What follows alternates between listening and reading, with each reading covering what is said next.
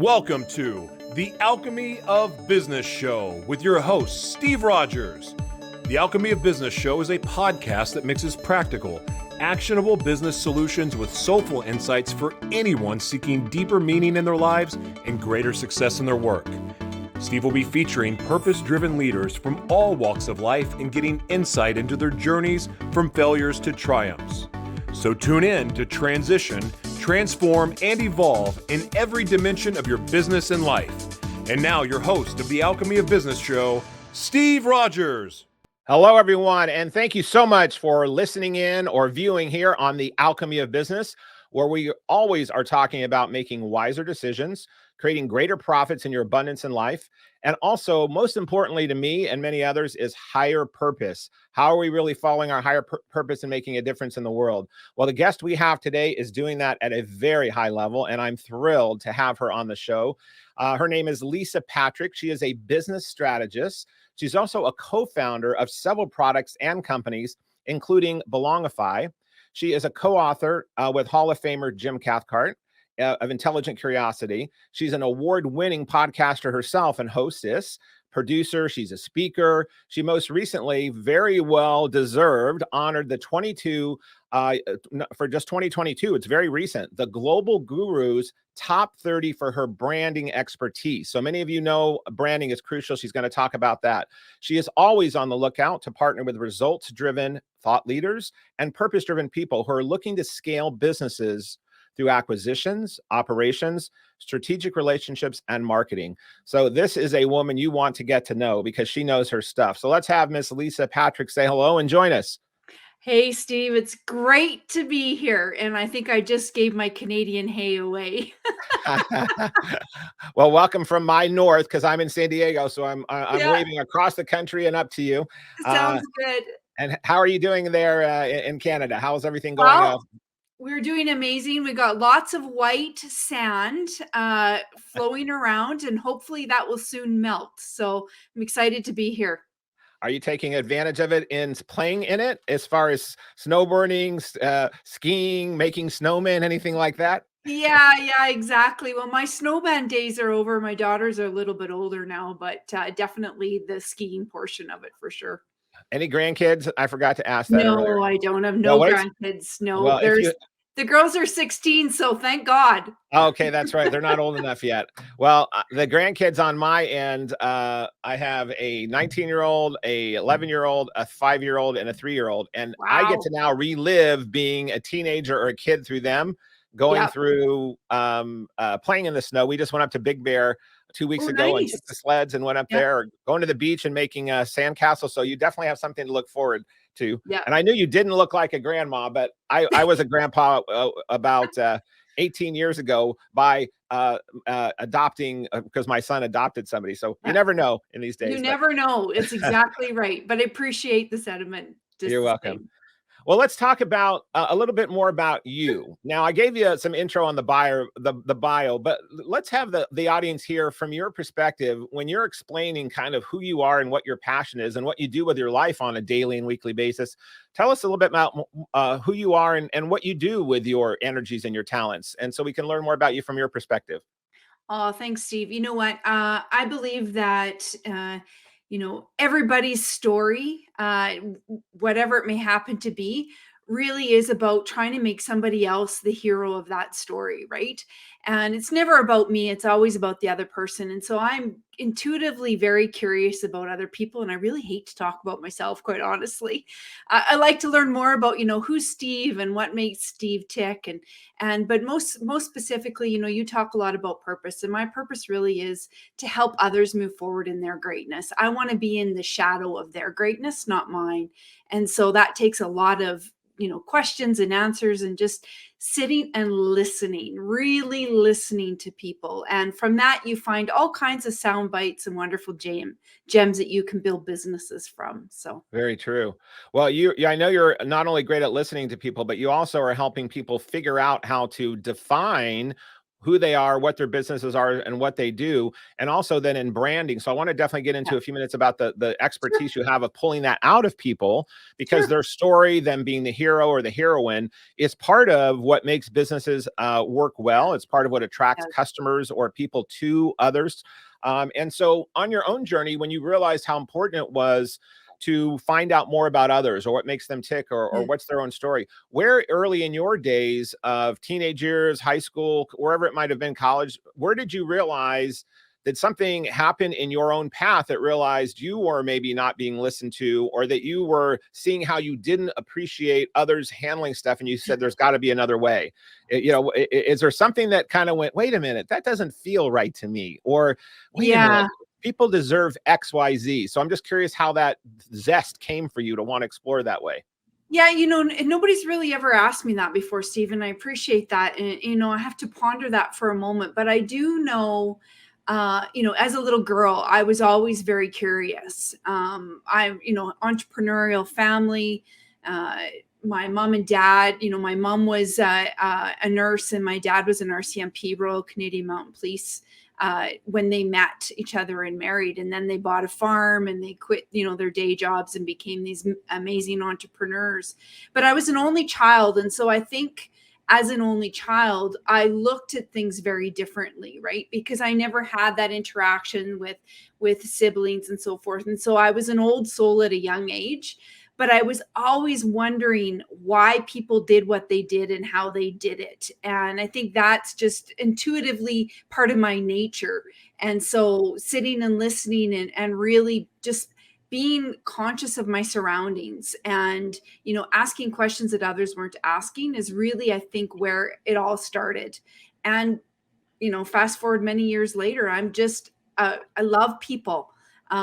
But I'm an introvert at heart. So I think that's it's odd. I like my alone time, but maybe that is because I was an only child and spent a lot of time in here rather than communicating. So yeah, I absolutely. And people think I'm an extrovert, and I am in a lot of cases, but I love my alone time as well. Yeah. I've really learned to really over the years, really enjoy. I mean, I've got a wife and I've got kids, and I came from a family of 5 brothers sharing bunk beds with, growing up. So I think when I got older, the serenity of having that alone time for reflection and internal and inventory of your own self and curiosity and learning. So I'm with you right on that. I mean, all of us need to have that. I love all the noise, when there's nothing greater than going to a place for 4 or 5 days and there's a bunch of people and there's all kinds of noise.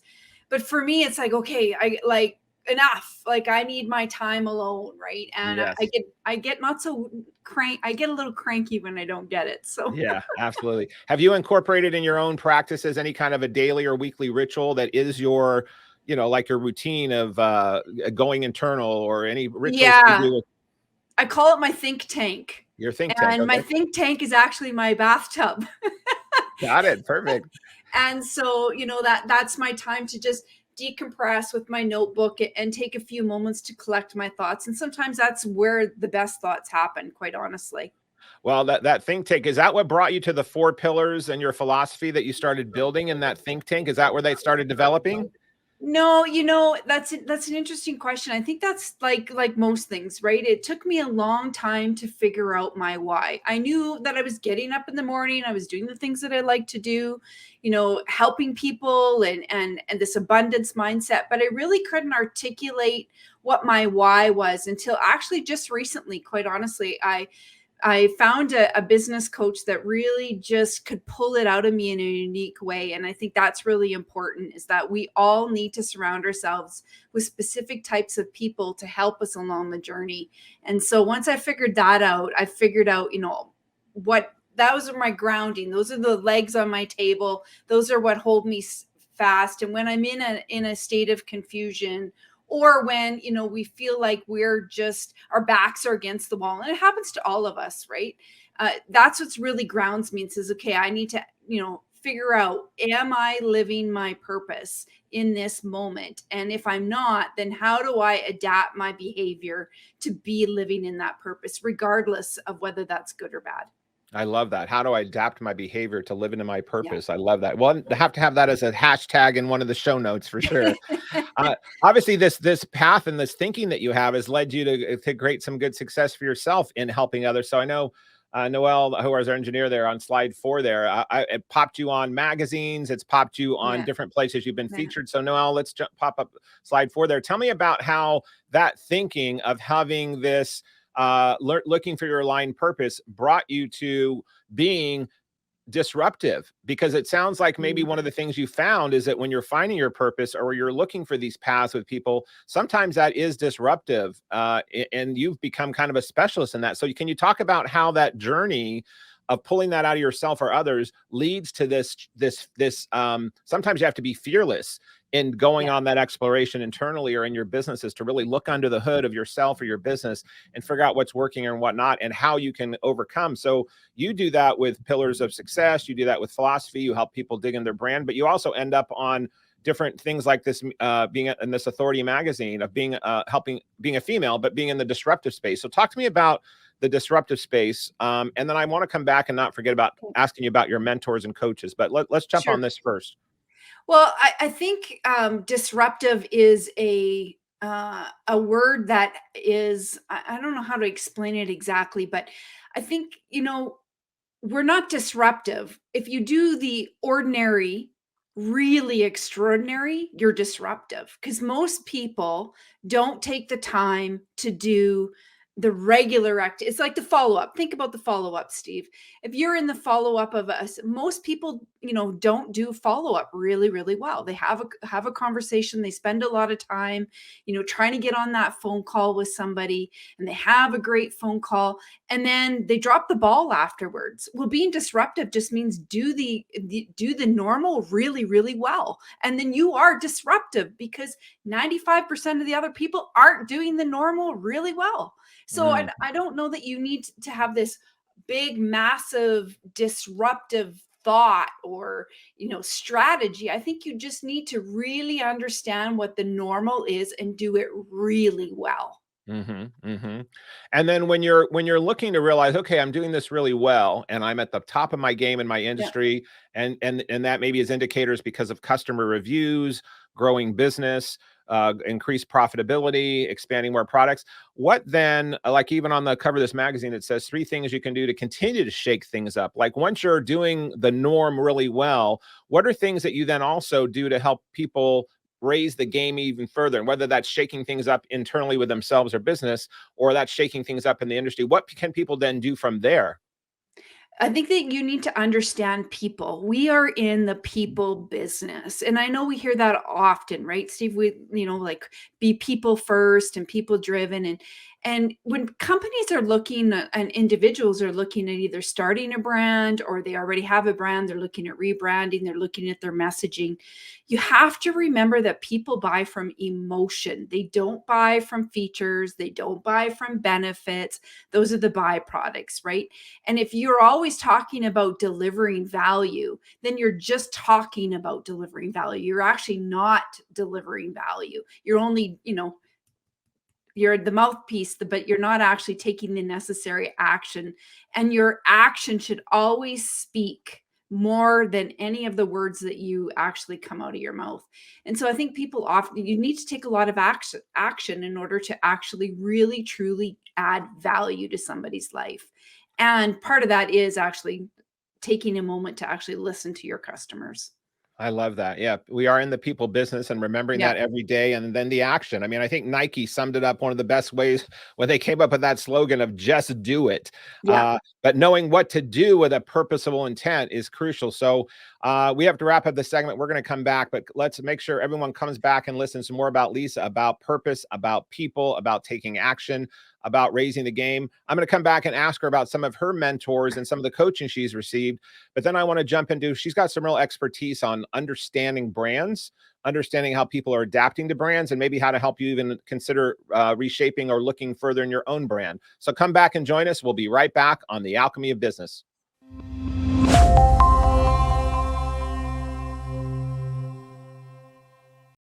Hi, and welcome back to the Alchemy of Business Show. We are having some very deep conversations, and in ways because they're about people, they're about purpose, and they are about making a difference and creating value. So we have Lisa here, Lisa Patrick, on our show, and we were talking about mentors and mentorship and coaching. So I wanted to ask you, Lisa, when you were younger, growing up, do you remember having your first kind of someone who you considered being someone you wanted to emulate, or that you considered mentored you, whether it was in sports or school? Do you remember that time when you went, oh, that's different than a teacher, but that's like a mentor to me, or mentoress to me? Yeah, I used to downhill race as Okay. a kid, like racing, like snow racing, so Hmm. alpine skiing. And I had a really great coach, and that coach really didn't work just on the technical skills, but worked actually on the emotional skills and on the mindset that you needed when that gate opened. Where did your headspace need to be? And that felt and looked differently than any school sports that I had been in. I played, volleyball, and I played basketball, and I curled. I did all kinds of crazy Wow. things. But uh, that coach, that was the first time, like when I looked back and started to reflect. At the time, I didn't have enough emotional intelligence to know what was happening. But when I reflected, that was probably the first time that I can recall a coach that was more of a mentor from a mindset space, not from a technical space. And did you find that when you did tune into that, your emotional intelligence, and we're going to in later segments talk about emotional intelligence, intellect, Yeah. spiritual intelligence, Yeah. artificial intelligence, but when you started clicking into that, did you realize that this person that was tapping into that side of you, even if you didn't know how to define it at that time, was it changing or helping your performance in a significant way? Yeah, I did 100%. At like working with that particular coach that year, I had better race times than I ever had before, and it wasn't equated to technical skill. It was definitely a mindset skill that had changed. Now, I didn't know that at the time, Right. but when I reflected back, that was definitely the pivoting moment. And as you now have evolved and becoming more of an emotional intelligence master that you are, Well, uh, I like to think I try to anyway, Steve. I don't know if I'm a master for I would say sure. you've definitely evolved way past where you are. You're Yeah, into that but upper echelon that's a standpoint. few years later though, right? We've got both you and I got a For few us years all, under we got the our bumps and bruises and runners. scars to prove it, right? Exactly. Yeah, So when did you especially in the start? morning. That's right. When did you get into realizing that that might be beneficial for you in a business capacity? That you mentioned that your parents were very serious, successful entrepreneurs. I don't know if they were mentors in some Oh, when fashion. 100% they were mentors. I mean, there's no question. They still are today. If I'm seeking certain advice, and I'm just not sure, and I need to trust that advice, clearly I'm go to my parents still to this Mhm. day, right? And I'm grateful that they're still here to give me that advice. But looking at, I had a macroeconomics teacher in one semester in my university. And in that same year, I actually took, uh, it was I'm trying to think of the name. It was like, when you look at the stars and the moon, what do you call that? Oh, sure. Astronomical Astrology. physics. Okay. Yes. That's what now, why I would ever have taken, honestly, I do not know what, like if I'd gone to the bar the night before and chose my classes, how I ended up in this astronomical physics class, because I'm not mathematically inclined. Anybody who knows me well knows that. But it was really interesting to work that side of my brain differently. And the professor that I had was really great at facilitating his sessions with real life experiences. And I had never had that before in my educational career, or educational life, not career. But it was very interesting. And as I got to know that professor better, I began to realize the power of messaging. And I'd Mm. never ever had experienced that before. And then my best friend's brother, actually, who is a research scientist at Oxford University, was for his thesis, he was talking about how to reverse the cataracts in sheep eyes, and he explained it like a radio. And here was a professor in a university that was, extremely intelligent, that could dumb down ideas. And I thought, wow, what a gift that is. If we can figure out how to really simplify messages in a unique way that just resonates, we win at many different things, not just in life, but in business. Wow, that's powerful. Well, realizing the power of messaging, you've been an expert at that. I want to spend, we got about 6 minutes left in this segment. I want to talk, then roll into that because that's a good segue. You were just noted in the, there's a global designation that they have for people, whether it's in teaching or business or entrepreneurship, leadership, thought leadership. Yeah. And you were just awarded in the branding category in the top 30 gurus and number 17 in the global world. So how did you get on this path of understanding the importance of messaging for your own messaging? Or how did you get to this place that you're looked at now on this level? What is it that you do for your clients, or in this importance of finding messaging, that you make it simple like your professor did, that took complex things and made it more simplified? How do you do that? The best advice I ever got was from an amazing woman. Her name was Patricia Fripp. And Oh, I know Patricia. Yes. like the best advice I ever got is Patricia sitting on my shoulder telling me, Lisa, specificity builds credibility. Don't use words like stuff and things and I remember her telling me, and I yes. Right? Like, and she's known for that. But every time we'd have a conversation, when we were doing business together, she would correct my vocabulary, the way that I would present and articulate my conversation. And so lots of what I learned early was really some of the work from Patricia, just really thinking and listening and simplifying messages and being very specific about those messages. Yeah, Patricia's great. I remember going to a conference that she had for about 30 people. It was in Las Vegas. It must have been 20 years ago now. And it was where we had a 3-day weekend. It was about fine-tuning your own messaging. And from a speaking standpoint, you had to get up in front of the group and do a speech. And then they videotaped it, and she critiqued you in front of everyone and gave you and she's brutal. She is so good. But she's so good. She's so empathetically sharp though, in how it's like, whoa. And it's so clear and so valuable. But it was like the difference that I saw in people from, say, Friday afternoon till Sunday afternoon of getting more specific, their messaging and in their presentation skills. Patricia Fripp, we'll put that in a show note as well, because she's still out doing her work, I believe. She's great. She is 100%. She's still the Spitfire. Yeah, she is. Well, that's another form of your mentoring and coaching and stuff that you get to help better. So when people are looking on their, what have you seen that's changed in messaging for, and you were talking earlier about your segment about people and the value of people and about the emotional connection. I know one of the things that you have done a lot of work on is some of the work that Tony Alessandra did with the Platinum Rule, which also I'm assuming helps in branding. I went through that program and some of the stuff that Tony did, oh God, many, many years ago when I was managing real estate companies and real estate agents. And we taught that in our sales programs about the Platinum Rule, about understanding the analytical, the amiable, the controller, et cetera, and how personality styles from either one-on-one presentation or in marketing can really help. So let's show slide number 6 there. And what makes humans tick. How did you meet Tony, and how did you incorporate some of his work into your branding work that you do?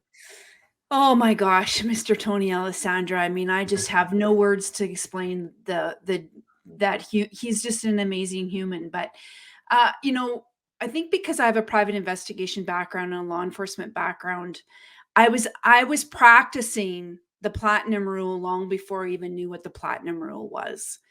And I couldn't articulate it in a way. So for those of you who are listening who don't know what the Platinum Rule is, the Golden Rule tells us treat others how we'd like to be treated. But it's flawed in many ways, because what if I want to be treated a certain way and Steve, you want to be treated differently? And I'm treating you like I want to be treated. My message is never, ever going to sink into your brain because you're so busy trying to understand what I'm telling you, because I'm speaking in a language that's foreign to you. And so we need to better understand who the other person is that we're articulating to. And so when you practice a Platinum Rule, treat others how they'd like to be treated, doesn't mean that you're changing who you are at the core. It means that you're adapting your communication style so that the message is received in a way that you understand, you being the other person across from the table. And it's very powerful. It's not only powerful in the power of language and conversation, but it's powerful for branding. Because if I'm speaking in tonality on my we'll just use a landing page, for instance. And I'm talking to somebody who needs all the facts and figures to make a decision. And I'm being very direct and I'm being very ideation. They're never going to make a decision they're going to leave long before you even get to the selling proposition. So you need to really understand who your target audience is and who you're speaking to, and then speak in that language, in that conversation, not from a place of what you believe it to be true. And with the platinum rule, if any of those, we'll also put that in the show note. You can get the book. There's websites and training Ashley on it. Has a really great book. Tony just came out with an amazing book right now. It's called What Makes Humans Tick. Phenomenal book. I recommend it for every single person in the world. It talks about personality styles and how to communicate more effectively and how to adapt and how people are motivated based on their personalities. Yeah, and his original platinum rule work did that, and he also took it and made it very simplified. I mean, many people have heard of the DISC, which can be very intense and very detailed, and it's great stuff. But the platinum rule really broke it down in a more simplified way. I think it was a quick quiz that you used to take. It was like 18 questions, and then you would add it up. And so we would use that for our salespeople, our customers, etc.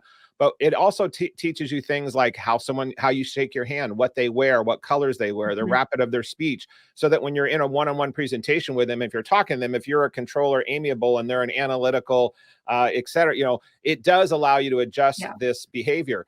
But Lisa, when people are online so much right now in the digital world, and especially during COVID, everything got so tech oriented. We have about 2 minutes left in the segment, about 1:30, but I want to come back and talk some more about this. But how does someone understand and learn to adapt from that one-on-one when I'm with you and I can kind of read you and see how you are versus how do I know what to put in my landing page, or how do I know what to put in my website, or how do I know what my audience is? And I think some of the things you've done well, and the reason you got to the guru level, was that you have simple formulas that we'll come back and talk about. But if you gave us just a closing thought or two of what people can start doing to realize how to find out who their audience is, to engage and direct their branding, what would be some closing words you'd have before we get to the next segment? Imagine how that person feels after they've worked with you, after they've had your product. What do they feel like? Then talk about that transformation. That should be the very first thing you should ever talk about, is what is their life like after they've used your product, if it's a product, or that they've had a service with you, that you've provided them value through a service. What does that emotion? And then work backwards.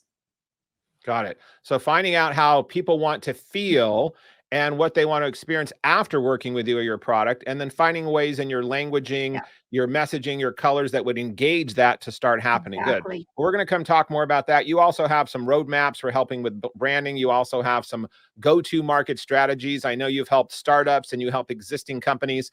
So I want to come back and we'll talk more about incorporating this. You also have ways to incorporate this into a leadership standpoint, because really what you and I know is that it starts at the top, and sometimes the top is yourself as a solo entrepreneur. Sometimes you are the top if you're a solo company, but sometimes it is large organizations where you have employees and salespeople. So figuring out how to get this messaging through the organization and to help leaders equipped to connect and contribute are things you do really well on. So I hope everyone will come back and listen in on the Alchemy of Business show. We'll be back more with Lisa and digging deeper on some of the branding things you can do to help bring more customers that fit you in an emotional connection way that you both will enjoy. So come back and join us. Thank you very much.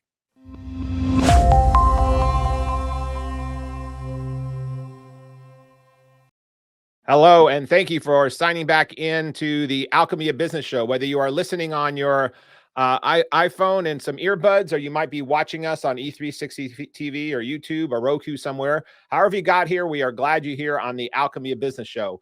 We are here always talking about wiser decisions, creating greater profits in your life and work, and then also higher purpose. And Lisa's been sharing with us on how to do that through branding and messaging, whether it's in a one-on-one conversation, whether that's in your own branding. So Lisa, in your own work, you have your own branding that you do through apps and podcasts and marketing. So let's talk about your own stuff. And then how do you help clients do what you do? Because you also are trying to reach out and connect. So you're walking your talk. So let's have you take us through some of the processes that you go through for our audience. And for some people that can't see this slide and it's only audio, let's make sure we're describing some of the visuals. And for those that can see it, we'll have the benefit of seeing these cool wheels and things that you have. Sure. So right now, you've got this slide up about a company that I co-founded with a wonderful gentleman by the name of Lauren Rubis, and Lauren came to me several years ago, and we sat down with an idea on a napkin about how might he create greater conditions of belonging within organizations, but more specifically with remote and hybrid teams. And what would that look like if we were to take the system that he'd had the 40 years of corporate experience sitting in the C-suite and working with multiple companies and systemize it in a way that you could bring it to market? And so him and I talked in great deal about how do you do that and what does that look like? And what you see here is a 5-step system. And this system allows people to really, like, we couldn't have planned the product market launch better if we had tried, because when we first were having a conversation about, creating these conditions of belonging in remote teams, it really was a whisper in the marketplace. People were still having water cooler conversations. This was pre-pandemic. And then the pandemic hit, and we were still testing in the market, which what I like to call a minimal delightful product, where we're trying to figure out, what would be our minimal viable product in the market, and do we have something that's got legs and an ability to really drive this thought of connection virtually. Like, imagine that, connection virtually. And now here we are, how many years later, right? I know, no doubt, yeah. And in corporate, right, where nobody was really, like, they didn't even know what Zoom was. Right, we have Go Teams and what have you. So anyways, and fast forward 3 years later, and here we are. But the idea really is about creating those conditions for people to thrive, to have moments of, at one particular team, and no names, but the actual CEO was there with his C-suite, and there were 10 members at the table, and he learned things about his team that he never knew, and those conversations would never happen at the water cooler. He learned 15 years working with one of his colleagues, very specific family details that he would never have asked those questions. And those conversations are about people. And when you can show up as yourself, and you can contribute, and you can be recognized, and you can fail and still move forward in those team environments, it can happen virtually, and it can happen in a hybrid team as well. But those create magic in a team and in the performance of that team. And not just in the team, but across teams as well. We've had teams that have come in and done, one division and another, and broken silos of conversation and connection and contribution with each other, to the point where when we're done our sessions, they keep continuing to have those meaningful conversations virtually. And that's so important. And that's about people. That has nothing to do with systems and processes and getting work done. It has to do with being, aware and open to having those conversations. And people will just want to connect now, I think, more than ever. Yeah, that's so true. Well, this graph that we'll also have in the show notes is a link. It's got 5 different categories. One is connect, 2 is contribute, 3 is then to clarify, 4 is to differentiate, and then 5 is to advance. So which of those categories of the 5 do you find that is there a certain one of those of that pie that people get stuck on the most, or are they pretty spread out of connecting things? Yeah, you know what? It's interesting that you asked that, because of the teams that we've done, we always ask the question, which of the 5 sessions was your favorite? And everyone has said something different. So I think it depends on the person emotionally, where they are. Maybe they're having trouble clarifying their own individual purpose to the company's purpose, right? Or maybe they're just trying to figure out, how do I differentiate, because being the same is not working. And we need to figure out, what does that look like as a team? What does that look like as an individual? Or maybe it's just connection, and it's having those meaningful conversations and being vulnerable in the moment. A lot of leaders are afraid to be vulnerable, but vulnerability can move mountains very quickly. And we're all just human. We're human showing up at the table first. Yeah, absolutely. Well, and I found vulnerability even in my own path when I was rising the corporate ladder, going from being a manager to an executive to the CEO of a Warren Buffett, Berkshire Hathaway company. In the early Yeah, days, I thought, oh, I've got the suit and tie on. I'm the leader. I have to stand in front of the room and give the exactly. speeches Yeah. like I know everything, and they have nothing to fear. And it was when I started becoming way more vulnerable and started becoming more adaptable Mhm. as part of it actually was from a life-threatening thing that I had happen, and the whole company knew about it, and I had to stand in front of an audience of almost 1,000 people and come back weeks later and live through it. But talking about what it is like from that, and being on a stage about how certain behaviors can lead to things that are Yeah. not good for us in our lives, and it led to some really standing in front of a group of people, just kind of being raw, and it changed the trajectory of how I interacted from that point forward in meetings, conversations, Yeah. emails, phone calls, 100%. because the empathy and the concept and the knowledge and the wisdom and the insight that I got back from people, they noticed a significant change on how I switched from being the suit and tie guy that was positive and upbeat and we can do it all, to also then being vulnerable and receptive and to a degree wounded in a way to have a wounded leader still be able to lead the group. So it was a very powerful shift for me. So I appreciate you bringing that up. Well, I think it's important that we are all human, right? We all make mistakes. We all fall down. We all need help getting back up. It doesn't matter if you have $1 billion in your bank account or you have $1 in your bank account. We all still have the same human troubles, and we all want a place to belong. And at the end of the day, when you create those safe spaces for people to show up and feel like they belong, it's funny because as kids we're taught, try to fit in, try to find your tribe, try to be who everybody else is, right? Or at least that's the image that we think.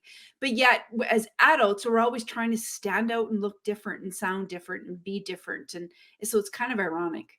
It is. It is. And the world is more and more open to diversity, Yeah. difference, uniqueness. And that's how music, celebrities, Yeah. art, new companies, new products get created. And I think you're right about COVID. It's not that some of these things with Zoom and other products of medical stuff with doctors on apps that you're doing wouldn't have come Mhm. about. But I believe that COVID probably accelerated that by at least Yeah. 10 years. It just sped it up into a trajectory of allowing, and it connected people more, but it also distanced people more to a degree. And so finding a way to use technology to bring this contribution together in engaging and heartful, soulful ways in either your brand, your product, your customer, or with your team is crucial. COVID has done a lot of damage in the world, and it's also done a lot of Not a good good. and a Yeah. lot of change. Because in life, as people, sometimes pain is the only way we grow and learn, and that can be, It's definitely the fastest lesson in life for sure. yeah. We don't learn as fast in the success. We learn in pain and I failure. know, darn, I hate that part I know it sometimes. sucks, but that's the reality, right? Like, It's so true. And when you realize that and you get it, you go, okay, this is pain. yeah, So I know there's some good yeah, lessons coming from this. You yeah, make friends with exactly. pain. Yeah, And you might not see them right away either. I that's remember right. once a long time ago, somebody says, "Oh, you always find the silver lining in everything, right?" And I'm like, "Yeah, but then what's the point if you can't find a silver lining? Then you haven't learned a lesson, Yeah, yeah, right?" exactly. Like so. And the quicker you're looking for realizing that in that pain, you're right. It's sometimes years later. Sometimes it's in Yeah. completely unexpected ways, and sometimes it's through others that experience it. A lot of times it's been through my family or others that I realized there was a transition in them because of how something that happened to me, and I showed up and I carried it forward in a legacy of my ecosystem that I was in, and I kept Yeah. thinking it was going to be my lesson.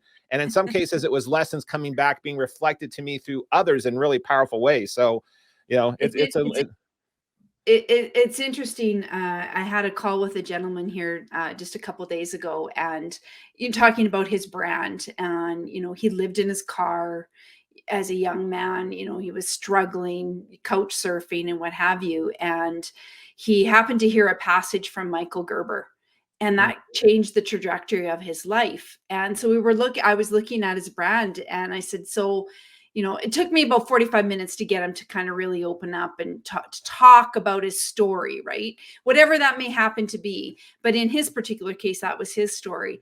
And I said, that's why you want to talk about that. What were the lessons that you learned after you picked up that book from Michael Gerber? That's what your community wants to hear about. They don't want to see a pretty logo and all this other wonderful stuff that you have. That's great. But they want to hear from you that they know that you lived that same thing and that you're the expert to help them now. Yeah, and that's really important. We need to figure out what those stories are, right? Yeah, well, and that's what's part of what on the branding. I think Yeah. being not afraid to talk about things that maybe seemed at the time embarrassing, shameful, not as important that you thought maybe to others. There are certain things in our stories of our own journeys. I mean, I talk openly on my website and my speeches about overcoming alcoholism. Yeah. I was a rising Congratulations, CEO, by the and way. thank you very much. Thank you. It's one of the best things I ever did in my life, and I haven't had a drink in 19 years.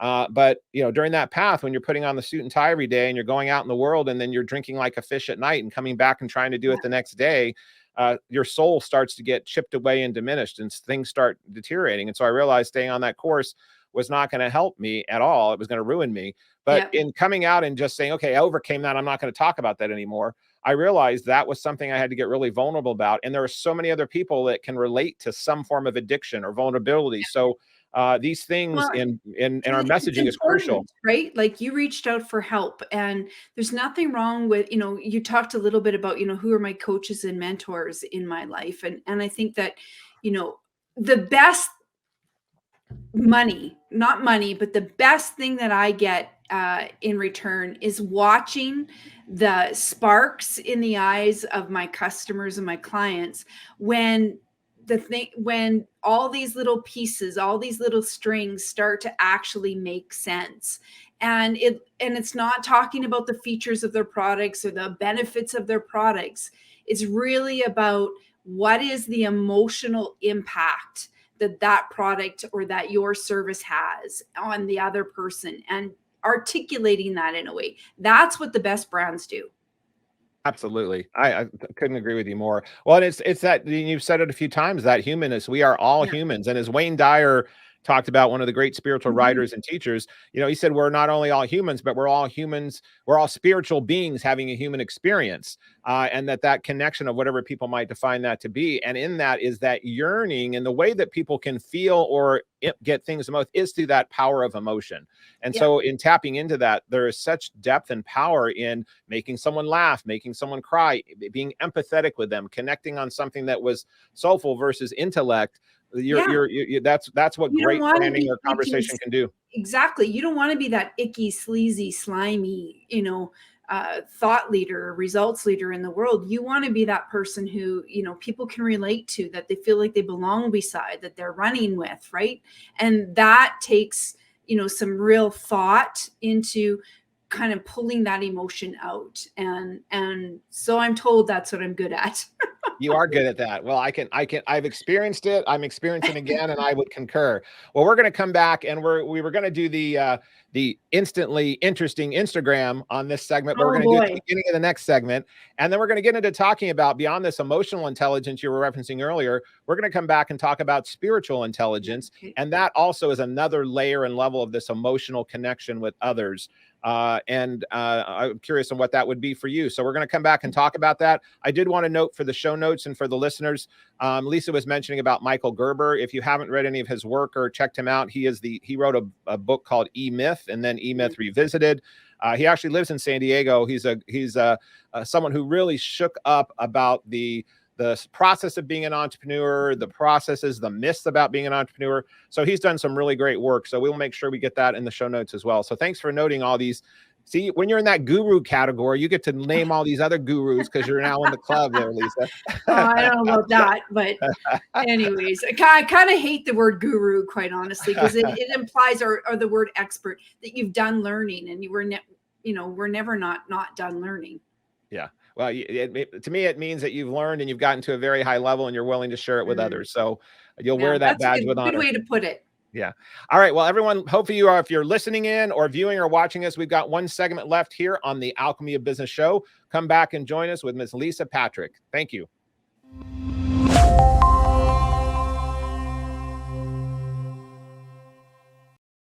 Thank you for listening back in on the Alchemy of Business Show. If you're viewing or listening, we are glad that you are back. We're here with Lisa Patrick, who is a serial entrepreneur, a teacher, a podcaster, a writer, a global guru on brands. We've been having some fascinating conversations about what makes her tick and how do you find out what makes others tick, and then how can you pull them into your branding, your conversations, and the way you interact with others for your products or your services, or just having a more engaging life.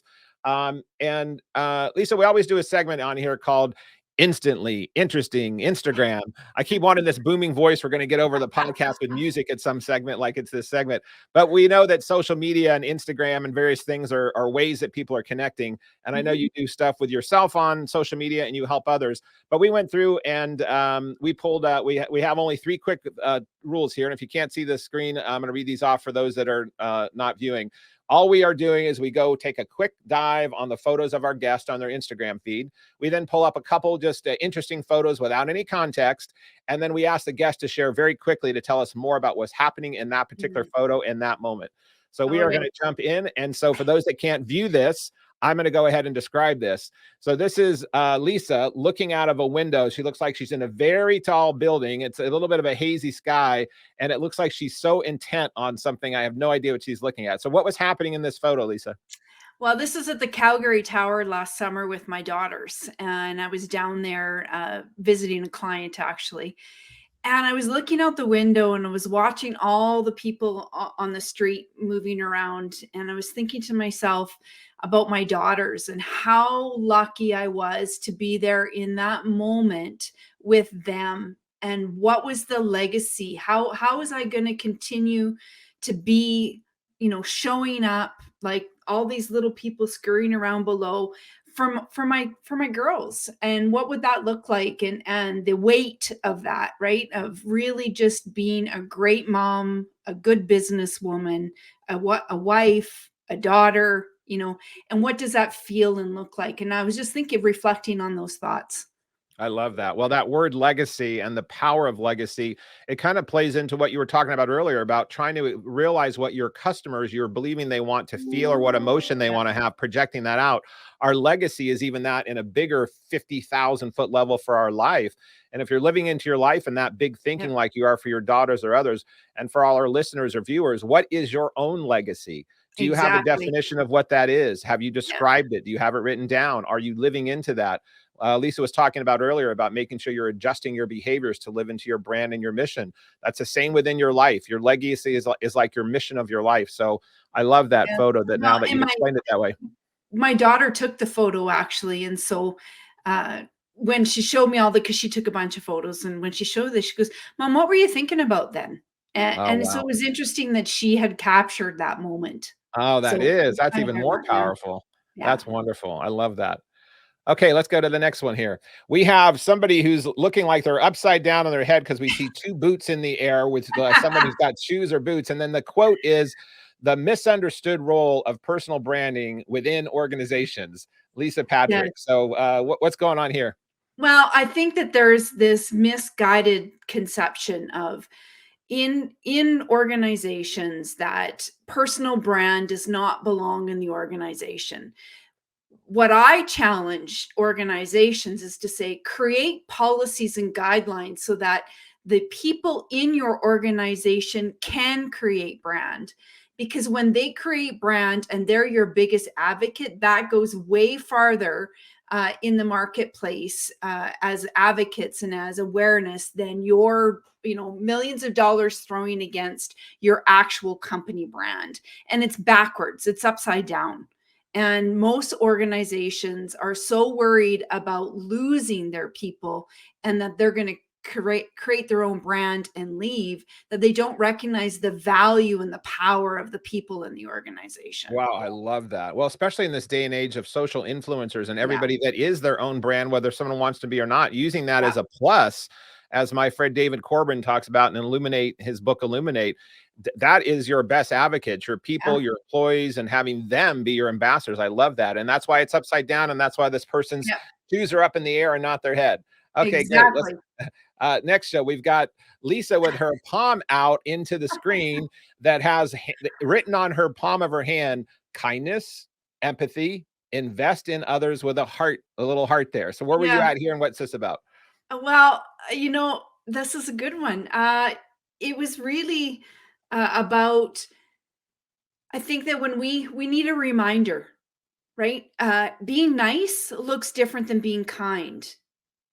You know, being there in the moment for somebody is different than being empathetic in the moment. Just because there are a lot of people in this world, especially now, who are not alone, but they're very lonely.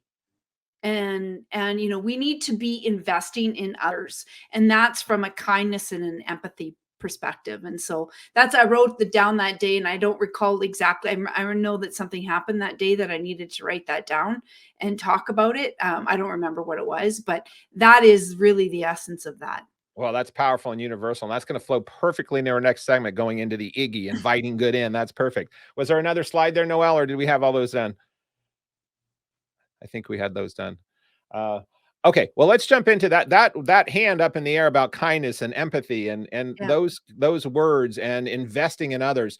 One of the things that I like to talk about on this podcast, because it's passionate to me and it's passionate to the guests that I have on, otherwise I wouldn't be aligning with them to be inviting them on the show, nor would they be interested in coming on, is about this thing that I call Iggy. So Iggy is inviting good in, or inviting Mhm. God in, with the acronym of IGI.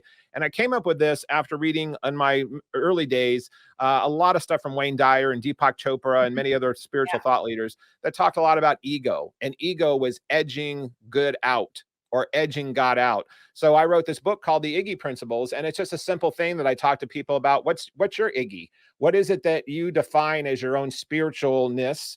I call that, spiritual intelligence. We have this thing you were talking about earlier there. If you can see our screen for those that are viewing, we have a brain here with the side of someone's head, like in just a figure here. And we've got EQ, which is emotional intelligence.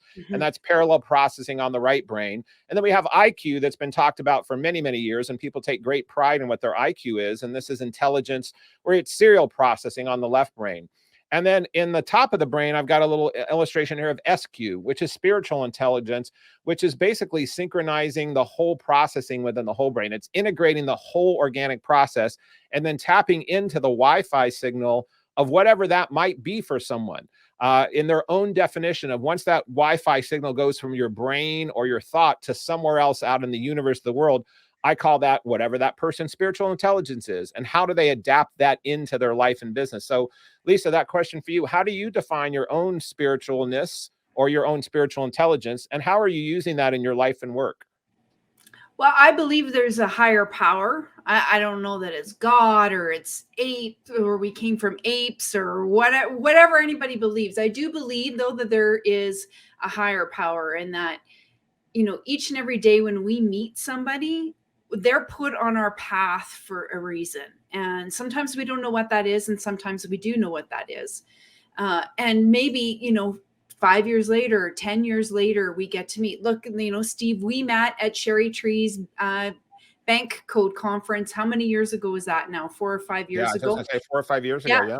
And here we are having a conversation today. Why were we put in that same room? Was it to have this conversation? Was it to have more conversations? Was it just to get to know each other? There are things in the world, in the universe, that are unexplained and happen for a reason. And there's always a lesson to it. And whatever that may happen to be, that's kind of where my spirituality lies, that I do believe that, we have a path.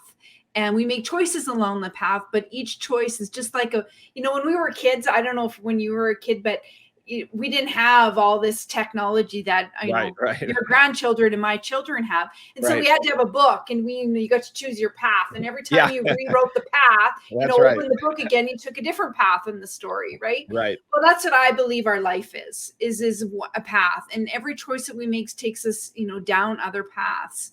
And had I not, at very early in my career, become a private investigator, met a gentleman by the name of Dave Rodwell, and met Patricia Fripp, I don't know that my path would look like it does today. It would look very differently. And so I think the people in our path are what teach us the lessons, and that's already set out for us. That's what I believe spiritually.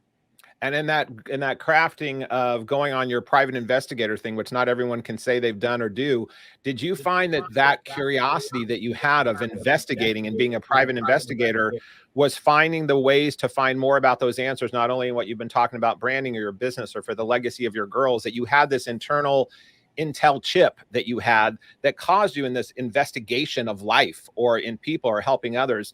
I kind of feel like maybe that's been a common theme through you. Yeah, it has been. And where do you think that stems from? I love people, and I don't know if it's because I was an only child, and so I was always thriving to find, people to connect with, or I don't really know. And I guess maybe one day I'm gonna have to do the eat, pray, love like Julia Roberts did and go on my journey. But I just, I find people fascinating, and the more that I just shut up and listen to what they say, the more I learn, and it's profoundly interesting.